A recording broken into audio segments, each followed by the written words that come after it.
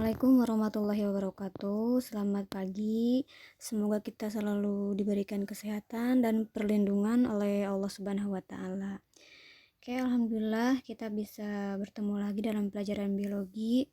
Sebenarnya hari ini Ibu tadinya ingin melakukan Zoom meeting ya untuk lebih mengenal lagi ya, kita saling bertatap muka secara langsung gitu, tapi karena ada halangan, mudah-mudahan nanti minggu depan kita bisa melakukan Zoom meeting ya. Dipersiapkan aplikasi Zoom meetingnya dan juga tentunya kuotanya ya dari sekarang. Oke, hari ini kita akan mempelajari manfaat mempelajari biologi dan metode ilmiah.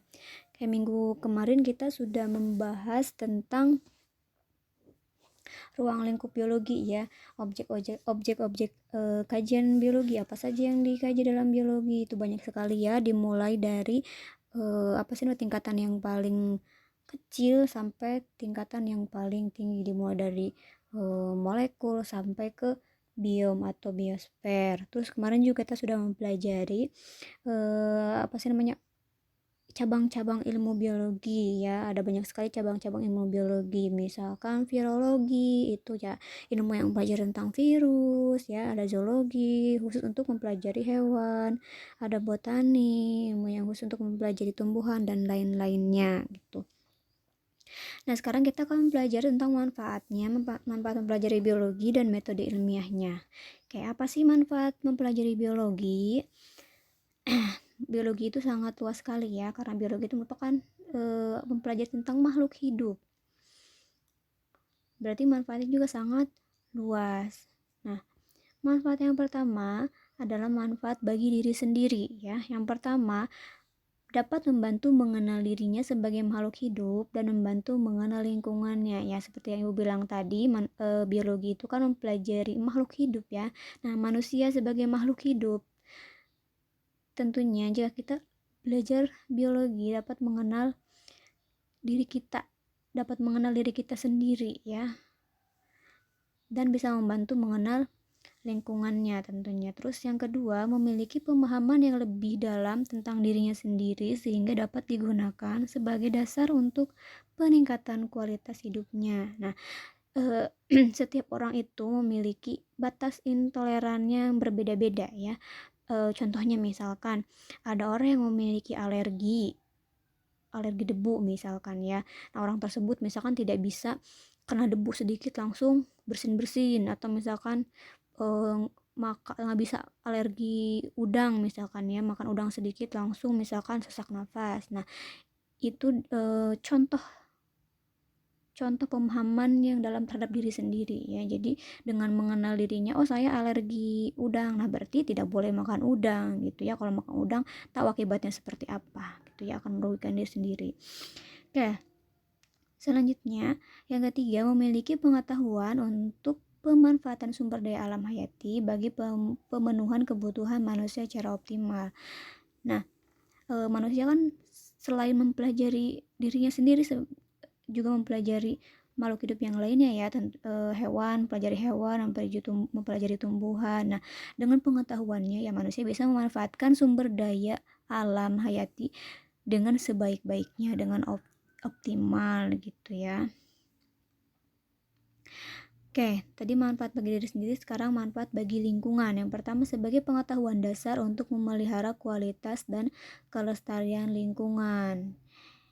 Ya, kalau misalkan lingkungannya kita rusak, misalkan kita melakukan banyak penebangan pohon, atau tentunya kita harus tahu nanti dampaknya seperti apa terhadap lingkungan gitu ya. Terus selanjutnya, sebagai pengetahuan dasar untuk melakukan konservasi atau pelestarian sumber daya hayati agar tidak punah. Nah, misalkan ada suatu tanaman yang hampir langka gitu ya. Nah, kalau misalkan tumbuhan ini langka, otomatis nanti tidak akan ada lagi tanaman itu gitu ya di di tahun berikutnya atau di tahun kemudian gitu ya. Nah, untuk melestarikannya kita harus bisa melakukan konservasi, melakukan pelestarian ya, agar tumbuhan tersebut atau hewan tersebut tidak punah. Terus yang selanjutnya, sebagai pengetahuan dasar untuk melakukan pengolahan limbah rumah tangga dan industri ramah lingkungan dengan menggunakan organisme pengolah limbah. Nah, organisme pengolah limbah ini di sini biasanya disebutkan dengan bioremediasi ya. Jadi bioremediasi itu pengolahan limbah. Nah, limbah itu kan banyak sekali kan. Di rumah saja, limbah rumah tangga saja itu sudah banyak. Ada misalkan limbah dari sampah-sampah plastik, ada juga sampah-sampah dari bahan-bahan zat kimia yang berbahaya, atau misalkan limbah-limbah dari hasil ya, limbah-limbah deterjen ya, sisa-sisa sabun deterjen, itu merupakan limbah gitu. Nah, kita sebagai manusia yang sudah mempelajari tentang biologi, mempelajari apa tentang makhluk hidup ya, otomatis kita juga harus melakukan bagaimana caranya ini agar aktivitas yang kita lakukan tidak mengganggu makhluk hidup yang lainnya, yaitu dengan cara salah satunya dengan cara pengolahan limbah gitu ya. Misalkan ini nih ya, tempat sampah yang dulunya tempat sampah, bagaimana nih supaya tempat sampah ini nantinya tanahnya bisa menjadikan subur lagi. Nah, itu bisa dilakukan bioremediasi ya, dengan menambahkan bakteri yang dapat mengikat zat-zat yang berbahaya gitu, sehingga tanah tersebut bisa menjadi subur kembali kayak gitu ya. Nah, selanjutnya manfaat bagi masa depan bangsa. Memiliki pengetahuan untuk melakukan diversifikasi pemanfaatan sumber daya hayati dalam rangka ketahanan pangan bangsa. Memiliki pengetahuan untuk mengembangkan iptek berbasis biologi untuk meningkatkan derajat kehidupan bangsa dalam bidang kedokteran, pertanian, industri pangan, dan sandang. Nah, dengan adanya pengetahuan kita bisa mengembangkan ilmu teknologi ya, misalkan dalam bidang kedokteran, dari bidang pertanian, industri, sandang, dan pangan. Nah, dengan misalkan dalam bidang kedokteran kita bisa menemukan vaksin corona, misalkan itu sebuah sebuah prestasi yang tinggi terhadap bangsa gitu ya. Terus pertanian, misalkan kita bisa melakukan budidaya hewan langka misalkan ya, atau tanaman-tanaman langka kayak gitu. Itu juga sebuah prestasi ya, atau perkembangan ilmu pengetahuan untuk kemajuan ilmu teknologi bangsa. Terus selanjutnya dari manfaatnya kita lanjut ke metode ilmiah ya. Nah, di sini metode ilmiah adalah proses pemerolehan fakta mengenai suatu fenomena dengan menggunakan kaidah yang disetujui oleh seluruh komunitas sains. Metode ilmiah merupakan teknik yang disusun sehingga suatu hasil penelitian dapat lebih dipertanggungjawabkan.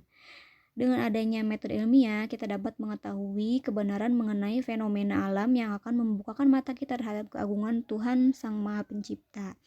Nah, jadi metode ilmiah ini sangat penting sekali ya dalam suatu penelitian. Nah, dengan adanya metode ilmiah ini kita bisa mengetahui kebenaran mengenai suatu fenomena. Contohnya, zaman dulu belum ada alat-alat canggih ya, belum ada mikroskop, belum ada alat-alat yang lainnya. Nah, setelah perkembangan ilmu teknologi, ditemukanlah fakta-fakta baru. Salah satu contohnya misalkan DNA manusia ya. DNA manusia itu satu DNA-nya saja itu bisa mencapai 6 kaki ya. Ini berdasarkan penelitian ya. Sedangkan di dalam tubuh manusia sel itu bisa mencapai triliunan. Ya, jadi jika dilihat si sel DNA ini, untai DNA ini panjangnya bisa mencapai antara jarak bumi ke matahari. Sangat panjang sekali, Masya Allah ya. Itu merupakan suatu keagungan Allah Subhanahu wa Ta'ala. Allah menciptakan manusia dengan sangat-sangat detail, sangat-sangat rumit sekali ya, bahkan di luar pemikiran manusia ya. Contohnya tadi DNA tadi, untai DNA tadi ya. Kalau satu untai saja mencapai 6 kaki, bagaimana dengan dikalikan dengan triliunan sel yang ada dalam tubuh kita. Nah, itu sangat panjang sekali, Masya Allah ya.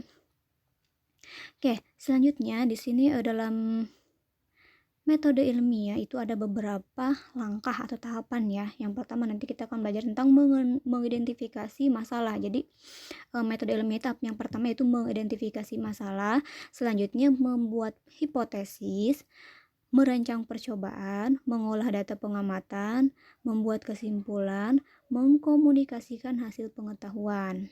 Oke, kita bahas satu-satu ya. Yang pertama, mengidentifikasi masalah. Kita semuanya pasti punya masalah ya, setiap orang pasti punya masalah. Nah, apa masalah itu? Masalah adalah suatu persoalan yang harus diselesaikan. Contohnya apa? Misalkan, mengapa ikan di kolam terserang penyakit misalkan. Terus, mengapa tanaman di kebun sulit tumbuh? Bagaimana pengaruh vitamin C terhadap pertumbuhan ayam? Nah, itu merupakan masalah ya, masalah yang harus diselesaikan. Nah, masalah yang ada selanjutnya kita buat rumusan masalah. Rumusan masalah merupakan suatu pernyataan rinci, lengkap, dan jelas mengenai ruang lingkup permasalahan yang diteliti. Itu salah tulisannya ya. Rumusan masalah biasanya dibuat dengan cara membuat pertanyaan dari masalah yang akan diteliti. Jadi, rumusan masalah itu merupakan pertanyaan-pertanyaan yang ingin kita teliti ya. Contohnya tadi, mengapa ikan di kolam terserang penyakit. Nah, itu bisa menjadikan rumusan masalah ya. Selanjutnya yang kedua, setelah mengidentifikasi masalah, selanjutnya membuat hipotesis. Nah, hipotesis adalah dugaan atau jawaban sementara mengenai suatu hal permasalahan yang akan dibuktikan kebenarannya melalui data-data atau fakta-fakta hasil penelitian. Jadi hipotesis itu merujuk pada hubungan antara dua variabel atau lebih. Nah, hipotesis itu terbagi menjadi dua ya, ada hipotesis nol atau HO dan hipotesis alternatif atau HI. Jadi kalau hipotesis itu dugaan ya, dugaan sementara. Nah, kalau hipotesis nol itu dugaannya hipotesis yang menyatakan tidak ada pengaruh. Kalau misalkan hipotesis alternatif, hipotesisnya itu menyatakan ada pengaruh. Jadi yang namanya hipotesis itu dugaan ya, dugaan sementara. Bisa iya, bisa tidak gitu ya. Jadi yang tidak ada hubungannya itu merupakan hipotesis nol. Yang ada hubungannya itu merupakan hipotesis alternatif atau H1 ya. Nah, ini adalah contoh dari judul penelitian ya.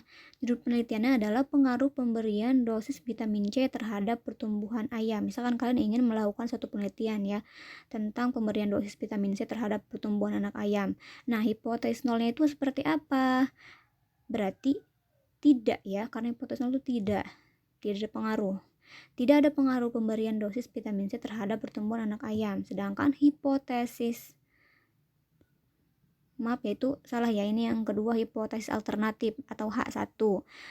Sedangkan H1-nya ini ada pengaruh pemberian dosis vitamin C terhadap pertumbuhan anak ayam. Jadi setiap ada pertanyaan pasti ada dugaan ya, bisa dugaannya ada pengaruh, bisa dugaannya tidak ada pengaruh kayak gitu.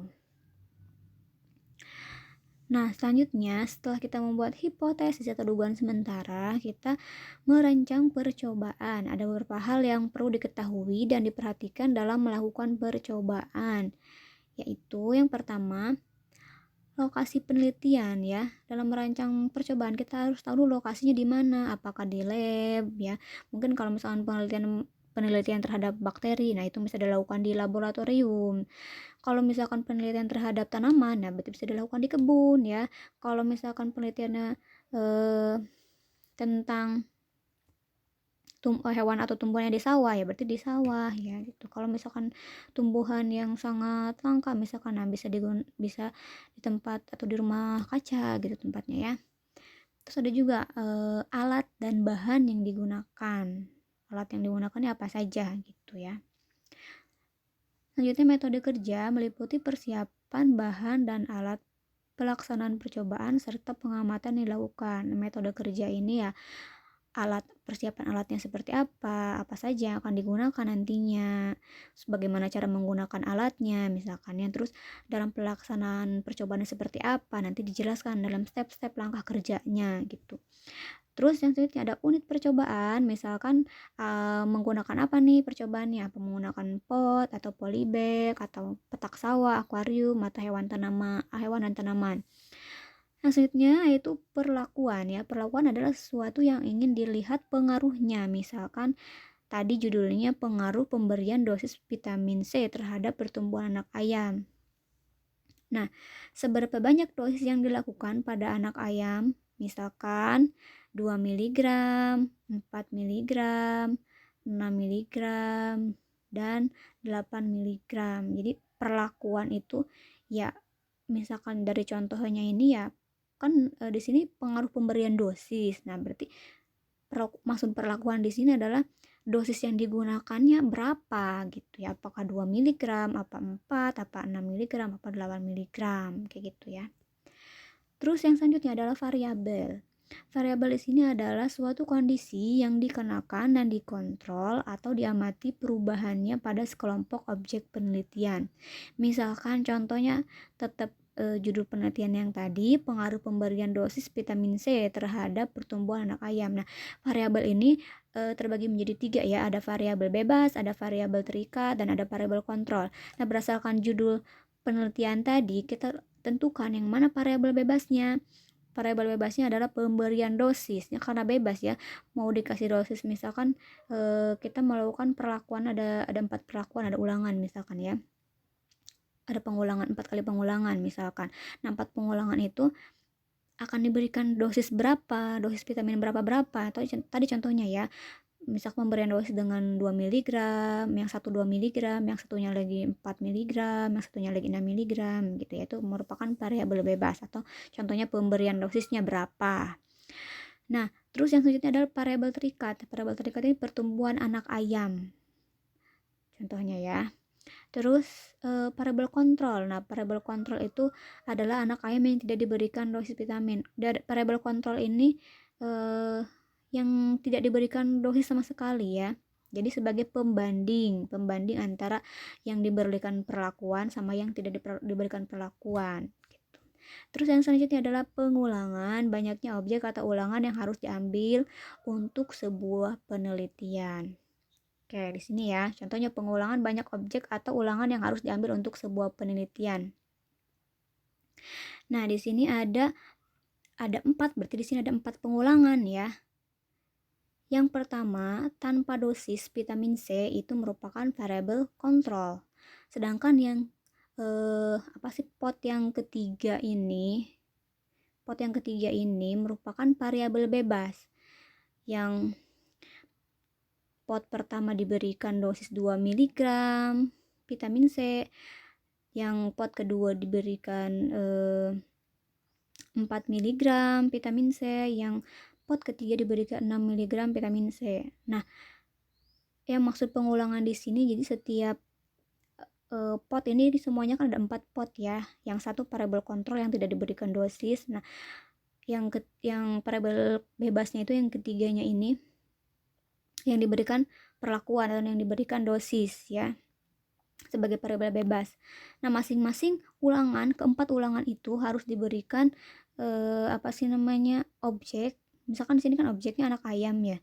Jadi anak ayamnya itu harus nggak boleh cuma satu isinya ya, khawatir nanti si ayamnya mati ya, nanti gagal berarti penelitiannya ya. Jadi harus lebih dari satu, lebih banyak lebih baik gitu ya, karena untuk membandingkan. Nah, misalkan di sini ada 4 pengulangan dan masing-masing diberikan 5 ekor ayam, harus sama ya, dan nggak boleh satu, harus lebih dari satu untuk mencegah gagalnya percobaan.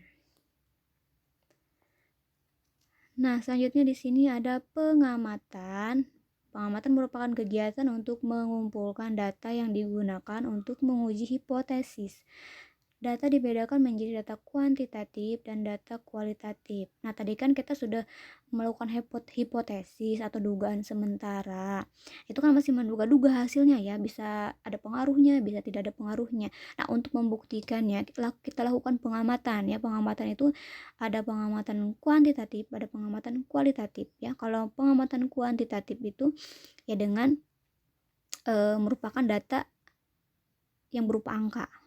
Contohnya kita bisa melakukan alat ukur ya, bisa menggunakan timbangan, bisa menggunakan neraca, bisa menggunakan meteran misalkan ya. Nah, ada juga pengamatan kualitatif. Pengamatan kualitatif ini bukan berupa angka ya, atau bisa hal-hal yang bentuknya sifat, misalkan dari warna, misalkan terus dari bentuknya seperti apa, kayak gitu, misalkan dari rasa, yaitu bukan pengamatan kualitatif. Nah, tadi setelah kita melakukan identifikasi masalah ya. Selanjutnya kita mengolah data pengamatan. Nah, tadi setelah dilakukan hipotesis, rumusan masalah, hipotesis, terus mengidentifikasi masalah, merancang percobaan ya. Terus kita sudah melakukan eksperimen, penelitian terhadap apa yang kita teliti tadi. Nah, selanjutnya adalah mengolah data pengamatan. Tadi kan sudah diperoleh ya di tahapan sebelumnya, datanya berapa, misalkan tinggi tanamannya berapa, misalkan ya, jumlah daunnya berapa, misalkan kayak gitu. Terus data yang bukan berupa angka, misalkan dari bentuknya, dari warnanya, dari yang lain-lainnya. Nah, diolahlah datanya ya. Bisa misalkan dengan membuat grafik atau tabel kayak gitu ya. Terus selanjutnya membuat kesimpulan. Nah, setelah diperoleh hasil dari data pengamatan tadi, kalian buatlah kesimpulannya. Oh, misalkan ternyata kesimpulan itu harus mengacu pada rumusan masalah ya. Jadi apa yang ada di rumusan masalah, masalah apa saja tadi yang ingin dicari, nah itu harus dijawab di kesimpulan. Misalkan ada 3 ya, mengapa ya misalkan si ayam tersebut tidak tumbuh gitu ya. Pada dosis berapa misalkan si ayam ini bisa tumbuh. Nah, itu harus dituliskan di bagian kesimpulannya. Misalkan kesimpulannya bahwa pertumbuhan ayam sangat pesat terjadi dalam dosis 2 mg misalkan kayak gitu ya. Artinya ini membuat kesimpulan ya seperti menjawab rumusan-rumusan masalah yang kita tulis di penelitian sebelumnya, tahap awalnya ya. Terus selanjutnya yang terakhir, setelah kita membuat kesimpulan, hal yang harus kita lakukan adalah mengkomunikasikan hasil penelitiannya ya. Mengkomunikasikan hasil penelitiannya agar orang-orang menjadi tahu hasil penelitian kita, agar orang bisa mengambil manfaat dari hasil penelitian kita, kayak gitu ya. Oke, mungkin cukup sekian saja materi kita hari ini. Nanti kalian lihat di Google Classroom akan ada beberapa pertanyaan atau tugas yang harus kalian diskusikan dan kalian jawab ya. Oke, ditunggu tugasnya. Oke, kalau misalkan ada yang belum paham silakan ditanyakan via Japri ya, jalur pribadi. Kurang lebihnya mohon maaf. Wassalamualaikum warahmatullahi wabarakatuh.